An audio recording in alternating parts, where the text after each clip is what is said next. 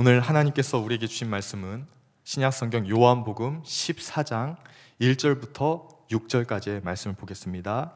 신약성경 요한복음 14장 1절부터 6절까지의 말씀입니다. 그럼 제가 말씀을 대독해서 봉독하도록 하겠습니다. 너희는 마음에 근심하지 말라. 하나님을 믿으니 또 나를 믿으라. 내 아버지 집에 거할 곳이 많도다. 그렇지 않으면 너희에게 일렀으리라. 내가 너희를 위하여 거처를 예비하러 가노니 가서 너희를 위하여 거처를 예비하면 내가 다시 와서 너희를 내게로 영접하여 나 있는 곳에 너희도 있게 하리라.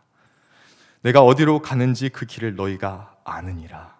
도마가 이르되 주여 주께서 어디로 가시는지 우리가 알지 못하거늘 그 길을 어찌 알겠사옵나이까. 예수께서 이르시되 내가 곧 길이요 진리요 생명이니 나로 말미암지 않고는 아버지께로 올 자가 없느니라. 아멘. 오늘은 마음의 사명, 이러한 주제로 하나님의 말씀을 선포하도록 하겠습니다.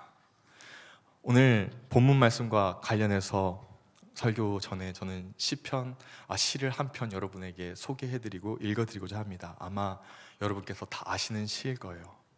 제목 내 마음은 호수요. 시인 김동명. 내 마음은 호수요 그대 노저오.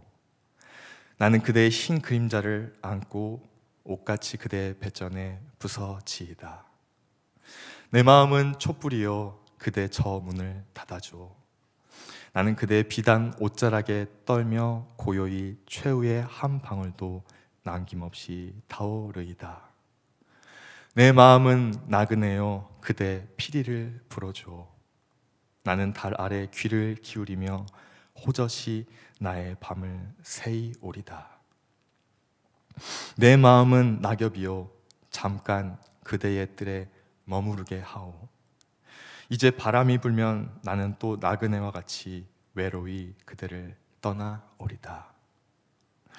이 시는 중고등학교 국어 시간에 한 번 이상 여러분이 들어봤을 법한 한국 현대문학 시 중에서도 대표적으로 뽑히는 시입니다. 시의 저자인 김동명님은 시인이자 교사, 교수, 교육가 그 외에도 다양한 활동을 통해서 일제강점기 시대에 크리스찬 지도자로서의 삶을 살아왔던 사람이었습니다. 그는 신학을 공부했고 목회자로서 사역할 수 있었지만 유학 후에 함흥으로 돌아와 미션 스쿨인 동강학원을 설립하고 영생학교에서 교육이라는 도구를 통해서 어두운 시대의 민족 후학을 양성하고 일깨우며 조선의 교육의 현장에서 복음을 전하는 삶을 살았습니다. 김동명 시인이 이렇게 신앙의 힘으로 자신의 나라 조선을 위해 끝까지 애쓰고 힘썼던 것은 자신의 신앙 3대째였던 어머니 신서구 여사가 보여진 신앙 때문이었습니다. 어머니께서 신앙인으로서의 절개와 지조의 삶을 그에게 보여주었고 어머니로부터 배운 신앙은 개인적인 고난이 있을 때에 고난 가운데서는 믿음을 지키고 나라가 환난과 어려움을 당할 때는 애국애족이라는 정신을 지켜 하나님께 충성하고 또 나라와 국민들을 위해 헌신하는 사람이 되어라. 그 어머니의 말씀과 같이 이 사람은 한 사람의 신앙인이자 애국애족을 위해 헌신했던 사람으로 살아갔던 것입니다. 그래서 김동명은 1919년 3월 1일에 글쓰기를 통한 독립운동에 참가했으며 그가 지은 수많은 시들에는 외세 일제치하에서 국민들의 애국, 애족 정신을 일깨우고 신앙의 힘으로, 믿음의 힘으로 이 나라의 어려움을 이겨내야 한다고 그는 수많은 시들에서 이렇게 피력했던 것입니다. 오늘 제가 여러분에게 읽어드린 시 또한 1930년 일제강점기에 작시된 시입니다. 외적으로 보면은 강렬한 사랑을 노래하는 것처럼 보이지만 실제로 이 시의 저자는 현재 일본이 조선인들의 자유와 평화와 인권을 무창히 짓밟고 있지만 그럼에도 불구하고 조선 사람들, 조선인들의 마음 안에는 자유를 향한 갈망과 민족 해방을 위한 소망이 끝없이 솟아오르고 있음을 그는 이 시에서 언급하고 있다는 것입니다. 그래서 그는 내 마음은 호수요 라는 이 시를 통해서 조선인들의 마음은 어떠한 일제의 탄압과 압제에도 불구하고 우리는 호수처럼 잔잔함을 잃지 않을 것이다. 너희가 우리를 끄려하고 우리를 압제하더라도 우리 조선인들은 촛불처럼 타오를 것이다. 너희가 우리의 가는 길을 막고 해방을 막으려 하여도 우리는 나그네처럼 고난의 밤을 새서라도 우리의 해방의 길을 멈추지 않을 것이라고 그는 이 내 마음은 호수요라는 시를 통해서 그렇게 호소하고 있다는 것입니다. 오늘 우리가 함께 살펴본 성경 본문 요한복음 14장의 배경이 되는 시대 또한 유대인들이 로마의 치하에 있었던 로마 강점기에서 살아가고 있던 시대 상황을 말해주고 있습니다. 즉 조선시대 일제 치하에 있었던 우리 민족의 상황과 같이 유대인들 또한 로마의 억압 안에서 살아가고 있었다는 거예요. 그런데 특별한 상황이 있습니다. 그것은 무엇이냐? 유대인들은 로마 통치 안에서 살아가면서도 야훼 신앙이라는 유대교와 단일 민족이라는 하나님의 백성이라는 그러한 특별한 마음의 그런 다짐을 가지고 이 고난의 순간에 더욱더 똘똘 뭉쳐서 로마도 이 유대인들을 함부로 하지 못하는 상황이 왔다는 것입니다. 그래서요 그들에게 종교적인 자유를 주게 됩니다. 이 당시에 예수님을 믿고 따른다는 것은 무엇이었습니까? 유대인들이 그 당시에 뭐예요? 공동체를 이루고 살아가기 때문에 그 당시에 예수 그리스도를 믿는 그리스도인이 된다는 것은 뭐예요? 유대 공동체에서 출교되는 것을 의미하는 겁니다. 삶의 기반이 되는 것에서 뭐예요? 제외된다는 것을 의미하고 있어요. 유대인으로서 예수를 믿는 삶을 살아간다는 것은 무엇입니까? 어디에도 속할 수 없는 가장 비참한 상태에 놓이게 되는 그런 상황을 의미하고 있는 것입니다. 그런 비참한 상황, 압제받는 상황, 아무런 소망이 보이지 않는 상황인 것 같은 그런 현실의 삶 가운데 바로 들려지는 말씀이 오늘 요한복음 14장 1절의 말씀인 것입니다. 뭐라 말씀하십니까? 요한복음 14장 1절에 이렇게 말씀합니다. 너희는 마음에 근심하지 말라. 하나님을 믿으니 또 나를 믿으라. 여러분, 이 짧은 한 절의 말씀 안에 너무도 확고하고 분명한 예수님의 음성이 담겨져 있습니다. 오늘 주님께서 주목하고 바라보시는 것은 예수 믿는 자들의 상황이 아니라 예수를 따르는 자들의 마음가짐인 것입니다. 우리는 1절 말씀을 보면서 아주 잠시라도 이 마음에 대해서 예수 믿는 자들이 가지고 있어야 할 마음에 대한 묵상이 필요합니다. 왜 예수님께서는 자신을 따르는 그리스도인들, 즉 제자들을 향해서 마음에 근심하지 말라라고 말씀하시는가? 왜 그리스도인들의 마음에는, 심령에는 근심이 자리 잡아서는 안 되는가? 우리는 이걸 묵상해 볼 필요가 있다는 것입니다. 궁극적으로 오늘 예수님께서 그렇게 말씀하신 이유에는 마음이라고 불리는 이곳에 뭔가 특별한 것이 있기 때문이에요. 우리가 이 마음에 관한 주님의 말씀의 의미를 생각해 보기 위해서 오늘 저는 여러분과 함께 거꾸로 접근을 하려고 해요. 원래 말씀을 보고 우리 삶에 적용을 했다면 저는 먼저 일상의 우리의 삶에서 마음의 의미가 무엇인가, 마음의 역할이 무엇인가를 보고 진짜 성경에서 그러면 말씀하고 있는, 성경에서 정의하고 있는 우리의 마음과 심령이란 것은 무엇인지를 오늘 살펴보고자 합니다. 그러면 여러분, 오늘 일상의 삶, 여러분의 하루하루의 월화수목금토일의 일상의 삶에서 마음이 의미하는 바를 한번 생각해 보도록 해요. 저는 한 주간 오늘 본문 말씀을 묵상하면서 이제는 델타라는 변이 바이러스라는 이름으로 우리 삶에 깊숙이 들어와 버린 이 코로나 바이러스, 그리고 이로 인해서 너무나 많이 변화돼 버린 우리의 삶의 모습들을, 정황들을 잠잠히 묵상해 보게 되었습니다. 그런데 여러분 생각해 보세요. 이 코로나 바이러스라는 것이 얼마나 강력한지요. 감염되는 나라가 제외된 곳이 한 군도 없이 지구촌에 있는 모든 나라가 이 코로나 바이러스가 다 감염된 것을 볼 수가 있습니다. 그런데 그럼에도 불구하고, 그렇게 강력함에도 불구하고 여러분, 이 바이러스가 절대로 공격하지도 못하고 들어가지도 못하고 침투하지도 못하는 곳이 있습니다. 저는 이 바이러스가 이곳에 침투했다는 기사를 본 적이 없어요. 그게 어디입니까? 바로 사람의 마음이라는 곳입니다. 심령이라는 곳이에요. 그렇게 강력한 변이 바이러스일지라도 결탄코 침투할 수도 없고 들어갈 수도 없는 공간이 있으니 우리의 내면 세계, 즉 마음에는 절대로 틈탈 수 없다는 것입니다. 왜 그래요? 하나님이 특별히 마지막 때에 우리 마음을 통해서, 우리의 심령을 통해서 그가 행하실 은혜가 있고 행하실 일이 있기 때문에 하나님께서 이 코로나 시대에도 절대로 우리 마음 안에는 이 바이러스를 침투하지 못하게끔 막아주시고 계십니다. 그래서요, 이 마음은 참 신비한 곳이에요. 이 마음은 코로나 바이러스가 들어올 수 없는 유일한 청정 지역이라는 것입니다. 요즘에 이런 안타까운 기사가 여러분 인터넷에 보니까 종종 있더라고요. 제가 보니까 인도와 키르기스스탄 그리고 터키와 같은 이슬람 국가에는 암묵적으로 돈을 주고 어린 신부를 사오는 구매혼이라는 악습이 있더라고요. 그런데 여러분, 이렇게 돈으로 강제 결혼을 해서 자기 집에 어린 신부를 데려다 놓아도 어린 신부의 마음까지는 살 수가 없는 것입니다. 우리가 합법적인 결혼을 해서 한 이불을 덮고 자는 법적인 부부가 되어도 남편이 아내의 마음 안에까지는 들어갈 수가 없어요. 아내도 남편의 마음을 알 수가 없어요. 열 길 물속은 알아도 한 길 사람 속은 모른다는 우리 옛 조상들의 속담이 있듯이 사람의 속에는, 사람의 심령에는 그 누구도 침투할 수 없는 공간을 하나님께서 마련해 놓으심으로 하나님과 사람만이 그곳에서 행해야 할 일들이 있음을 하나님은 오늘도 우리에게 말씀하고자 하는 것입니다. 왜 하나님은 우리의 마음에 이러한 공간을 주셨습니까? 왜 이렇게 우리 마음에 아무도 알 수 없는, 남편도 자식들도 부모도 절대로 알 수 없는 공간을 주셔서 그곳에서 하나님과 교제하게 하셨습니까? 오늘 우리의 현실에서 알 수도 없고 알 방법도 없는 비밀에 쌓여진 이 마음이라는 공간, 이 공간에 대해서 세상의 정신의학은, 세상의 지식은 아무것도 정의할 수 없고 말하지 못함에도 불구하고 성경은 놀랍게도 이 마음의 공간에서 정확히 우리에게 말씀하는 것을 여러분 집중하십시오.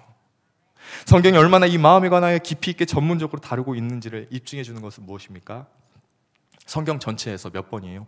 876번이나 이 마음에 대해서 구체적으로 언급하고 있다는 것입니다.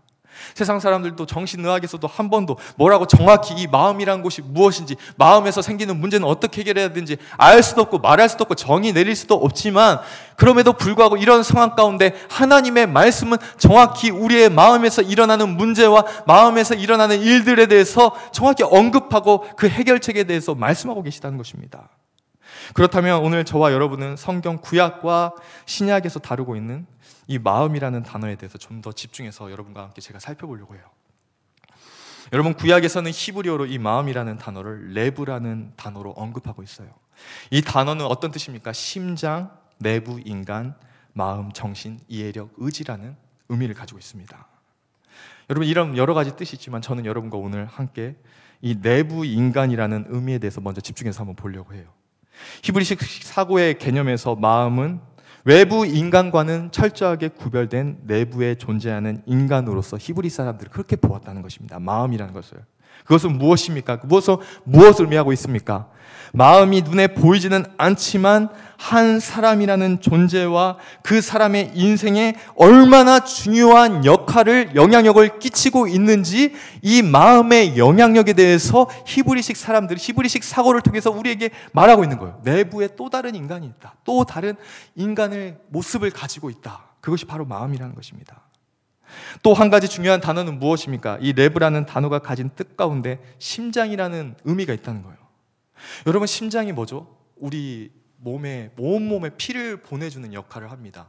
이 피는 동시에 피만 보내는 것이 아니라 그 안에 있는 산소 또한 보내줘서 우리 온몸이 호흡을 할 수 있게 해주는 역할을 합니다. 아주 중요한 역할이죠. 그런데 이 레브라는 단어 안에는 뭐예요? 심장이라는 의미와 마음이라는 단어가 동시에 공유되고 있다는 거예요. 동시에 가지고 있다는 거예요. 그것은 무엇입니까? 심장이 딱 멈춰버리는 순간 우리의 숨이 멎고 죽어버리는 것처럼 우리의 마음이 하나님의 말씀을 들음에도 반응하지 못하고 멈춰버리는 그 순간, 그때는 어떤 영적인 상태라는 거예요? 그 사람 죽은 사람이라는 거예요.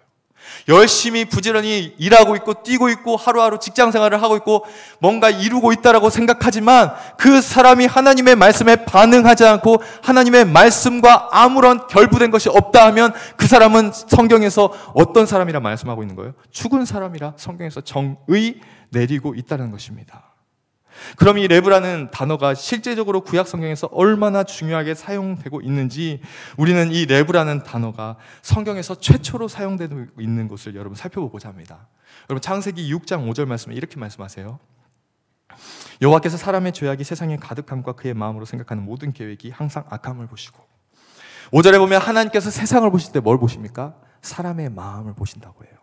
세상을 보실 때 사람들이 무엇을 먹고 어떻게 살고 그 사람의 스타일에 무슨 옷을 입고 그동안 어떤 경력을 쌓고 어떤 일들을 행했는지를 보시는 것이 아니라, 눈에 보이는 외적 환경과 형편을 보시는 것이 아니라, 하나님이 딱 사람을 볼 때, 하나님이 당신의 백성들, 성도들을 볼 때, 예수 믿는 자들 딱 볼 때에 보는 것이 있습니다. 마치 다윗을 보셨듯이 하나님이 우리를 볼 때 뭘 보세요? 우리의 마음을 보시는 거예요. 중심을 보시는 거예요. 여호와의 눈은 온 땅을 감찰하는, 그 눈은 뭘 보시는 것입니까? 오늘도 우리의 중심과 오늘의 우리의 폐부 심장을 하나님께서 지켜보고 관찰하고 계시는 거예요. 5절에도 분명히 말씀하고 있죠. 창세기 6장 5절에도 뭐라고 말씀하십니까? 마음으로 생각하는 모든 계획이 항상 악함을 하나님은 보셨다는 것입니다. 여러분, 우리는 5절 말씀에서 이 수식어를 집중할 필요가 있습니다. 모든과 항상이란 단어예요. 하나님은 그냥 한순간, 며칠, 몇 년을 우리를 지켜보시고 우리를 단정하시고 하나님께서 그 마음에 따라 우리를 심판하시는 게 아니에요. 수십 년, 수백 년 우리 마음을 끊임없이 지켜보시면서 인내하시면서 그래도 하나라도 그들의 영혼을 구원할 것이 있지 않을까, 그래도 그들을 물의 심판으로부터 건질 수 있는 그런 마음의 선함이 있지 않을까, 하나님 지켜보셨다는 거예요. 그런데 노아 외에는 모든 사람들의 생각이 항상 계획이 악함을 보시고 하나님께서는 결정하신 거예요. 그래서 6장 6절에는 뭐라고 하십니까? 땅 위에 사람 지으셨음을 한탄하사 마음에 근심하시고. 날마다 하나님의 탄식이 뭘로 바뀝니까? 한탄하다라는 하나님이 그런 단어를 사용해서 말씀하고 계세요. 이 한탄이라는 단어는 히브리어로 나함이라는 단어입니다. He regret. 그가 후회했다는 거예요. 그가 지으신 그 사람들을 보니까 그가 후회하셨다는 거예요. 그가 너무나 후회가 되었다는 거예요. 왜? 그 사람들이 하나님의 형상을 통해서 지음을 받았음에도 불구하고, 여호와의 호흡을 가지고 지음을 받았음에도 불구하고 그들이 항상 생각하는 모든 계획들이 악함을 보실 때에 하나님께서는 그들의 모습을 보시고 후회하셨다는 것입니다. 그리고 근심하십니다. 어떻게 해야 될까? 이런 인간들을 어떻게 해야 될까? 그들의 모습을, 악한 모습을 보고 한편으로 그들을 죽여야만 마땅하지만 또 하나님께서 그들의 영혼을 사랑하는 마음을 동시에 가지고 계셨기 때문에 하나님의 마음에 근심하셨다라고 성경에서는 말씀하고 있다는 것입니다. 이렇게 세상을 심판하실 때에도 그 기준이 되었던 사람의 마음, 히브리어 단어로 레브라는 단어는 여러분 헬라어로 오면서 이 신약 성경 헬라어로 오늘 요한복음 14장에 헬라어로 이렇게 전환이 되면서 어떤 단어로 설명되고 있냐? 카르디아라는 헬라어 단어로 마음이라는 단어가 설명되고 있습니다. 여러분, 헬라어로 마음이라는 이 카르디아라는 단어는 굉장히 중요한 의미를 가지고 있으니까 여러분 한번 기억해 보세요. 이것은 무엇입니까? 신앙적으로는 하나님을 향하여 가는 신앙의 중심지라는 뜻입니다. 영적 생활의 뿌리라는 의미를 가지고 있습니다. 신앙 양심의 판단이 이루어지는 처소라는 의미를 가지고 있어요. 마지막으로 신앙 행위를 결정하는 곳이라는 의미를 가지고 있어요. 우리가 이 레브라는 단어와 카르디아라는 구약의 히브리어와 헬라어 단어를 다 살펴볼 때 궁극적으로 그러면 마음이라는 것은 무엇이냐? 마음이라는 단어가 가지고 있는 의미는 무엇이냐? 우리 몸 중에서 이보다 더 중요한 것이 없는, 하나님께서 항상 지켜보시고 바라보시고 생각하시는 그 처소, 그것이 바로 오늘 성경이 우리에게 말씀하고 있는 마음이라는 단어의 의미입니다. 이렇게 중요한 곳이기 때문에 예수님은 자기를 따른다고 하는 제자들을 향해서 이렇게 강조하여 말씀하시는 거예요. 너희는 마음에 근심하지 말라. 이 중요한 마음에 근심을 가져서는 안 된다. 하나님을 믿으니 또 이곳에서, 이 마음의 처소에서 나를 믿으라. 예수님은 사람의 마음이란 근심하기 위해 사용되도록 내버려둬서는 안 된다. 의지적으로도 이렇게 내버려두면 안 된다. 요한복음 14장 1절에서 분명히 말씀하고 계세요. 마음이 이토록 중요한 이유는 무엇입니까? 이곳에서 바로 우리가 하나님을 믿는 믿음의 작용이 시작되는 거예요. 신앙의 발생과 시작, 그리고 진행, 그리고 신앙의 마침이 어디서부터 이루어지는 거예요? 우리의 마음이라는 처소에서 우리의 모든 믿음의 작용이 이루어지고 있다고 성경은 말씀하고 있어요. 어디서 이렇게 증언하고 있습니까? 어디서 분명히 말씀합니까? 여러분, 로마서 10장 9절부터 10절에서 이렇게 증언하고 있습니다. 내가 만일 내 입으로 예수를 주로 시인하며 또 하나님께서 그를 죽은 자 가운데서 살리신 것을 내 마음에 믿으면 구원을 받으리라. 아멘. 사람이 마음으로 믿어 의에 이르고 입으로 시인하여 구원에 이르느니라. 9절에 하나님께서 예수 그리스도를 죽은 자 가운데서 살리신 것을 너희가 만약 마음에 믿으면, 어디에 믿는다고요? 마음에 믿으면 구원을, 가장 하나님께서 우리에게 주시고자 하는 큰 선물, 구원을 얻을 것이다. 그리고 뭐예요? 10절에서 사람이 마음으로 믿어서요, 어때요? 예수 그리스도와 하나님과 같이 의에 이르는, 의를 옷 입는 그러한 놀라운 역사를 이 땅에서도 너희가 경험하게 될 것이라 우리에게 분명히 약속하여 주시는 것입니다. 마음에서 일어나는 믿음의 작용은 사람을 의에 이르게 하고 그뿐만 아니라 구원을 받게 한다고 성경은 분명히 증언하고 있는 거예요. 이제 그 구원의 여정에 초대된 우리에게 예수님은 1절 중반절에 하나님을 믿으니 또 나를 믿으라고 그 믿음의 전환에 대해서 말씀하고 있는 거예요. 왜요? 그동안 하나님은 구약을 통해서 하나님의 백성들에게 말씀을 통해 역사하셨습니다. 그런데 신약 성경에 와서 이제 예수 그리스도께서 이 땅에 말씀을 육신으로 입고 오시면서 그분이 우리의 구원의 여정을 인도하신 유일한 구원자가 되신 줄로 믿습니다. 그러하기에 이제부터 우리가 누구의 말에 집중해야 되는 거예요? 우리의 구원의 대상이 되시는 예수 그리스도, 그 말씀 자체이신 그분께 의지하고 집중할 때에 우리는 구원에 이르게 되는 줄로 믿습니다. 그분께 이제 집중하라는 거예요. 하나님을 믿으니, 아버지를 믿으니 이제 그 믿음을 가지고 나를 믿으라. 주님께서 이렇게 말씀하시는 거예요. 구원에 초대된 우리에게 주님은 구원의 길에 이르게 되는 그 길을 안내하시고 우리의 믿음이 이제 하나님에서 또한 하나님뿐만 아니라 예수 그리스도를 믿는 믿음에까지 나아가야 함을 당신을 따르는 제자들에게 말씀하시는 거예요. 그 말씀에 이어서 2절부터 3절까지는 예수님께서 유대인의 결혼 풍습을 통해서 그리스도인들의 마음의 사명을 제시하고 있어요. 오늘 설교 제목과 관련된 내용입니다. 여러분, 유대인들은 우리나라의 결혼의 모습과는 달리 결혼식만 있는 것이 아니라 정혼식과 결혼식이 각각의 의미를 가진 채 진행이 됩니다. 2절과 3절에서 예수 그리스도께서는 이 유대의 결혼 풍습을 통해서 우리가 가져야 할, 마지막 때에 가져야 할 마음의 사명에 대해서 분명히 말씀하고 있는 거예요. 2절과 3절에서 등장하는 새 등장인물이 있습니다. 아버지와 나, 너희라는 등장인물입니다. 여기서 말하는 아버지 누굽니까? 하나님을 의미하죠. 내가라고 지시하는 대상은 누굽니까? 예수 그리스도입니다. 너희는 누굽니까? 주님의 자녀, 곧 그리스도인들, 주님을 따르는 백성들을 의미하고 있습니다. 여러분이 2절과 3절의 의미를 제대로 이해하기 위해서는 제가 앞서서 언급한 것과 같은 유대인의 결혼 풍습에 대해서 잠시 여러분 들을 필요가 있습니다. 제가 빨리 설명을 드릴 테니까 집중해서 한번 들어보십시오. 먼저 정혼식입니다. 결혼식 전에 있는 정혼식입니다. 유대인들은 정혼 과정에 있어서 신랑은 신부 아버지에게 지참금을 지불한 후 약 일주일간 신부 집에서 잔치가 열리며 이때 신랑은 신부에게 포도주를 한 잔 따라주며 정혼하는데 신부가 잔을 받으면 혼인 언약이 성립이 됩니다. 신랑은 신부에게 다시 데리러 올 것을 약속하고 함께 살 집을 마련하기 위해 신랑의 아버지 집으로 돌아갑니다. 신랑은 떠나가기 전 둘 사이의 약속의 의미와 자신의 청혼을 받아줘 고맙다는 의미로 신부에게 특별한 선물을 합니다. 신부는 그 선물을 보면서 신랑을 기억하고 신랑이 돌아오는 날을 손꼽아 기다리며 순결을 지킵니다. 이게 결혼정 정혼 예식이라는 것입니다. 다음은 정혼 예식 후에 있는 결혼 예식입니다. 신부와 살 집을 다 준비하면 어느 날 신랑 아버지는 신부를 데려오라고 신랑을 보냅니다. 한밤중에 신랑의 들러리들이 뿔 나팔을 불어대며 신랑이 신부를 데리러 왔음을 알립니다. 신부와 함께 기다리고 있던 신부의 들러리들은 기름으로 횃불을 밝히며 신랑을 맞이합니다. 결혼하는 날 예식을 올릴 때까지 신랑 신부가 속죄를 받기 위해 금식을 합니다. 결혼 예식에서 신랑은 식이 거행되면 신부에게 반지를 끼워주고 결혼 증서에 서명하고 낭독한 후 신부에게 줍니다. 그리고 7일간의 혼인 잔치가 시작됩니다. 여러분, 이렇게 그림을 보듯이 유대 결혼 풍습에 관한 설명을 들으면서 어떠합니까? 어떤 생각이 드셨어요? 저는 솔직히 2절과 3절을 보면서 어떤 영적인 의미나 성경적인 의미를 떠나서 내가 만약에 유대인이었으면 난 장가 가기 틀렸겠다, 이 체력이 지쳐가지고 이걸 어떻게, 제가 한 5분의 1로 요약을 해드린 거거든요. 굉장히 복잡해요. 몇 장, 수장이 있어요. 여러 장이 있어요. 이걸 다 설명하기 위해서. 이렇게 복잡한 결혼식을 예수님이 굳이 오늘 본문 말씀 2절과 3절에 요약해 설명하면서 우리가 마지막 때에 가져야 할 마음의 사명에 대해서 언급하신 이유가 무엇이겠습니까? 왜 이렇게 예수님은 유대의 결혼 풍습을 통해서 마지막 때에 하나님께서 우리에게 원하시는 우리의 마음가짐에 대해서 왜 그렇게 강조하며 말씀하시는 것입니까? 먼저 예수님께서 처음에 신부를 찾아갔던 이 정혼식은 무엇을 상징하고 있습니까? 예수님의 초림 사건, 처음으로 예수님의 육신을 입고 이 땅에 오신 초림 사건을 상징합니다.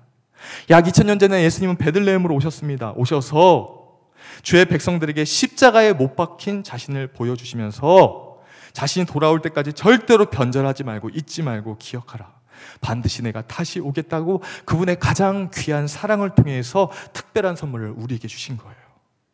우리는 십자가와 부활이라는 가장 귀중한 선물, 즉 자기를 희생해 주신 신랑 예수님의 희생의 선물을 보면서 3절과 같이 뭐예요?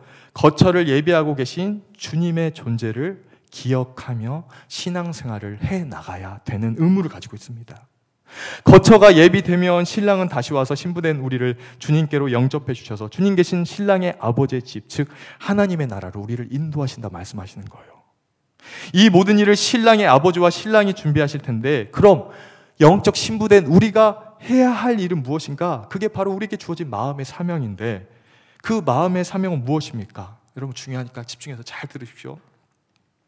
언제든지 신랑이 신부를 나를 데리러 오시면 즉시 떠날 수 있는 만발의 준비를 갖춘 후에 일상의 삶을 신랑을 기다리고 인내하며 소망을 가지고 살아가는 삶, 그것이 예수 그리스도께서 신부로 칭하신 그들이 마땅히 해야 할 본분이라는 것입니다. 그냥 자기 일상에 취해서 자기 삶만을 열심히 살아가는 것은 신랑을 기다리는 사람의 삶이 아닌 마음이 딴 데 있는 타락한 신부인 거예요. 마음이 다른 곳에 가버린 신부는 신랑이 떠나가기 전 준 선물에만 관심이 있습니다. 크리스찬이라도 예수 믿는 사람이라도 신랑이 준 혜택과 선물에만 관심을 가지고 자신이 신랑을 위해서 해야 할 마지막 본분과 마음의 사명을 잃어버리고 있는 거예요. 자기 생각에 신랑이 더디오는 것을 보이자 이 신부는 뭐예요? 미련한 다섯 처녀처럼 잠이 들어버린 겁니다. 영적으로 잠이 들어버린 거예요. 영적으로 깊은 잠이 들어버렸다는 것은 무엇입니까? 새 속에 완전 물들어버렸다는 거예요. 세상에. 날마다 세상 돌아가는 것에 민감하게, 세상 것에는, 하나님의 말씀과 하나님의 뜻에는 둔감하지만 세상 것들에, 돈 버는 일에, 수익을 얻는 일에는 너무 똑똑하고 너무 지혜롭고 너무 현실 감각이 탁월해서 하나님을 완전히 잊고 세상으로 돌아버린 삶, 그것이 바로 예수 그리스도께서 경계하시는 그런 미련한 여인들의 모습인 것입니다. 슬기로운 다섯 여인과 신랑을 다 기다리는 슬기로운 다섯 처녀 여인들과 비교되는 삶이라는 것입니다. 대조되는 삶이라는 것입니다. 오늘날 여러분 TV와 유튜브를 종종 보십시오. 한번 어떤지 한번 보셔야 돼요. 한 번씩은.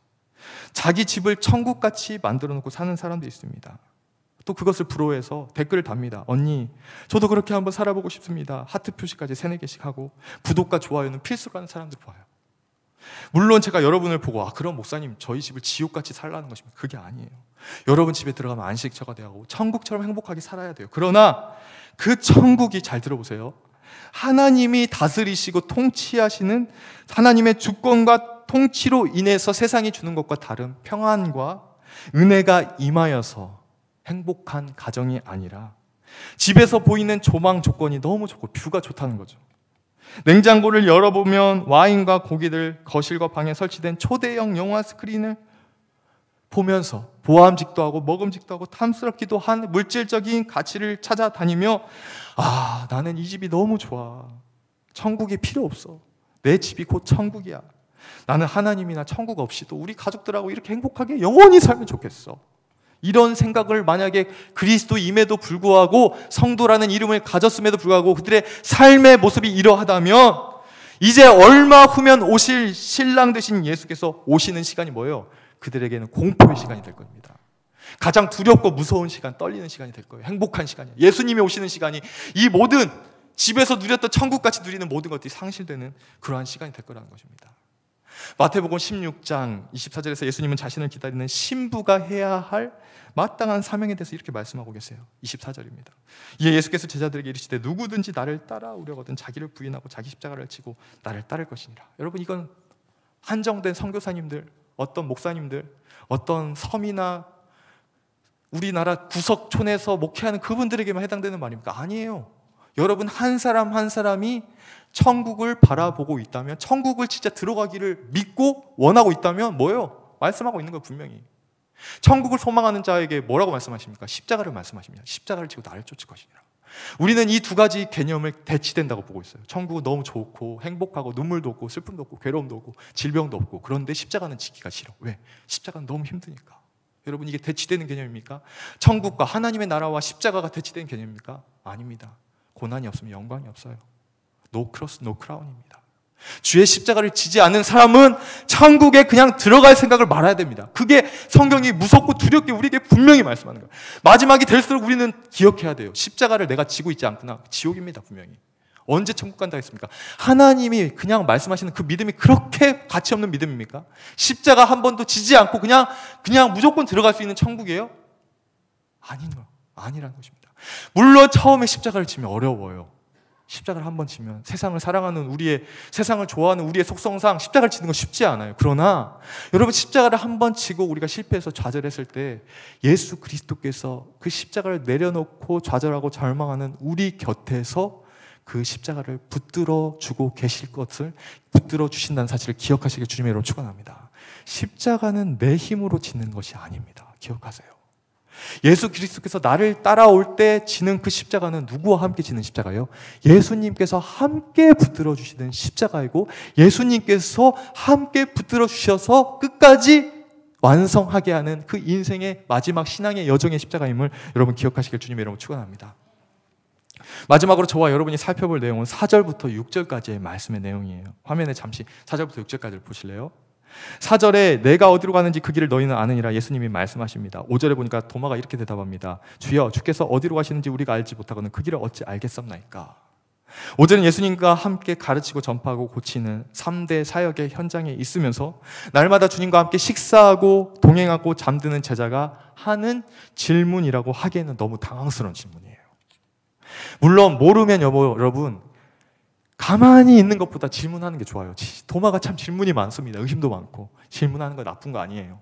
학생들 중에서도 질문 많이 하는 학생들 좋은 거예요. 배우는 거 좋은 거예요. 그러나 우리는 5절의 도마의 질문을 보면서 하나님이 말씀하시는 신앙의 여정과 신앙의 길을 걷고는 있지만 길을 잃어버리는 자, 어디로 가야 할지 그 목적된 길의 목적과 의미를 상실해버린 한 사람 신앙인의 모습을 살펴볼 수 있어요.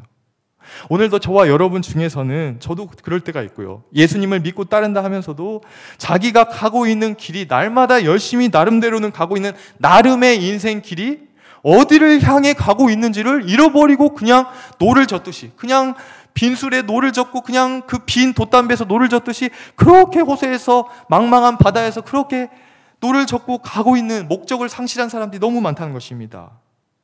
그때 가야 할 길을 놓쳐버리고 다른 길로 엇나가서 점점 주님과 멀어지고 있는 사람을 위해서 오늘 본문 말씀이 등장하는 거예요. 뭐라고 하십니까? 내가 곧 길이요 진리요 생명이니 나로 말미암지 않고는 아버지께로 올 자가 없느니라. 여러분, 우리가 신앙의 길, 인생의 길을 가다가 잠시 방황할지라도 예수 그리스도를 찾고 예수 그리스도를 만나면 금세 원래의 길, 우리가 가야 할 목적의 길로 합류하게 되는 줄로 믿습니다. 우리는 새로운 길을 가는 자들이 아니에요. 우리는 새로운 인생길을 개척하는 자들이 아니라 주님께서 먼저 가신 그 길을 따라가는 자들이에요. 그러기에 우리는 방황할 필요가 없습니다. 우리 스스로 길을 개척하고 내 스스로 그것을 판단할 필요가 없어요. 항상 주 대신, 항상 길이 되시고 진리가 되시고 생명이 되신 예수 그리스도를 바라보십시오. 인생의 방향이 흔들리고 삶이 흔들릴 때마다 다른 것들을 바라보지 마시고 여러분의 길이 되시고 생명 되시고 진리 되신다라고 성경에 정의하고 있는 그분을 바라보세요. 다른 것을 바라보기 때문에 우리의 마음이 방황이 시작되는 것입니다. 많은 것들을 이루고 있다 하지만 왜 여러분 신앙생활 하면서도 마음이 흔들립니까? 가정이 왜 흔들립니까? 신앙의 기초가 왜 흔들립니까? 목회자라는 이름을 가졌지만, 장로, 권사, 집사라는 이름을 가졌지만 왜 그들의 삶이 이렇게 흔들립니까? 그 길 대신 예수 그리스도를 상실해버린 거예요. 놓쳐버린 거예요. 잃어버린 거예요. 여러분, 코로나가 우리 삶을 흔들리게 합니까? 자녀들과의 관계, 부모와의 관계, 부부와의 관계 때문에 문제가 생긴 거예요? 아니에요. 길 대신 예수 그리스도를 잃어버린 사람은 그 어떤 것을 이루더라도 모든 것들을 잃어버린 사람과 같아요. 왜? 예수 그리스도는 여러분의 모든 것이기 때문에 그러기를 원하고 계세요. 질투하신 하나님이시기 때문입니다. 예수님을 놓치고 다른 것을 얻겠다고요? 포기하세요. 빨리 포기하고 주님 앞으로 돌아오세요.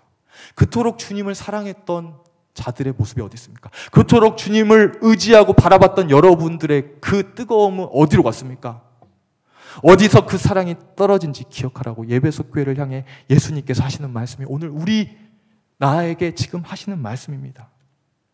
우리 마음이 방황하고 있을 때, 우리가 갈 길을 놓쳐버리고 있을 때 유일하게 우리에게 그 방향을 제시했을 수 있는 유일한 분은 누굽니까? 예수 그리스도 한 분이신 줄로 믿습니다. 그 길 대신 그분을 발견하면 우리의 마음의 방황이 멈출 수 있어요. 삶의 의미와 목적을 찾을 수 있습니다. 그리고 주님께서 이렇게 말씀하십니다. 우리는 4절 종반절, 여러분 이 예수님의 말씀을 놓치지 마세요. 기억하십시오. 4절 종반절 마지막에 예수님이 뭐라고 말씀하십니까? 한번 같이 고백해 보겠습니다. 그 길을 너희가 아느니라. 한 번 더요.